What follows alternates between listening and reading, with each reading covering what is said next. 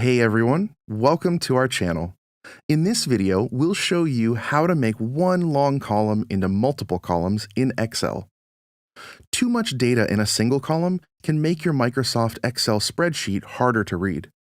The Text to Columns feature allows you to split one column into multiple columns. Here's how to do it. Open your Excel file. Select the column that you want to split. Go to the Data tab and find the Data Tools section. Then click the Text to Columns button. The Convert Text to Columns wizard opens. Select the delimited term and click Next.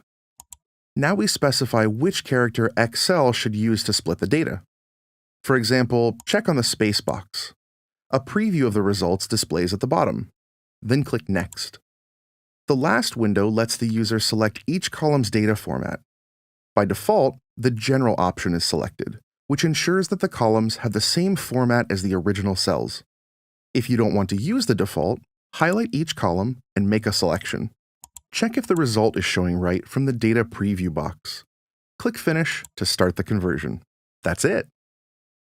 What other tips do you want to know? Let us know in the comments below. Thank you for watching!